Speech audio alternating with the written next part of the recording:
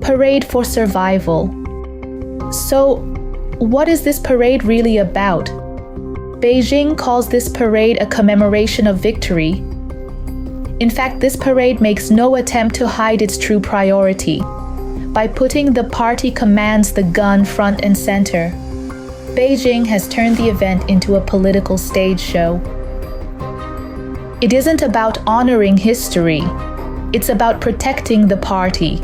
A desperate display meant to convince ordinary Chinese people that the ruling party is still solid, when in reality, its foundations are shaking.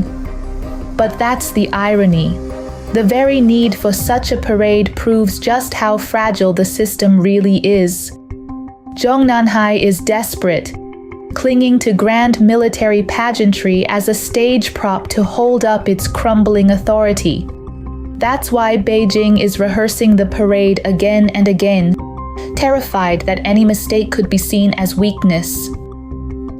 Tens of thousands of soldiers marching in lockstep across Tiananmen Square, not to prepare for real combat, but to reassure the leadership that the army is still under control, but a military that spends more time practicing goose steps than real combat training.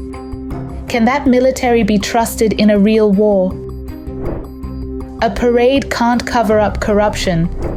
A parade can't fix low morale. And a parade can't save a ruling party whose greatest fear is that its own army may stop listening. Get the real story behind the CCP's shifting power games and see where US-China relations are headed next. Support the vision of a new China without communism. Subscribe now and join us in bringing the truth to light.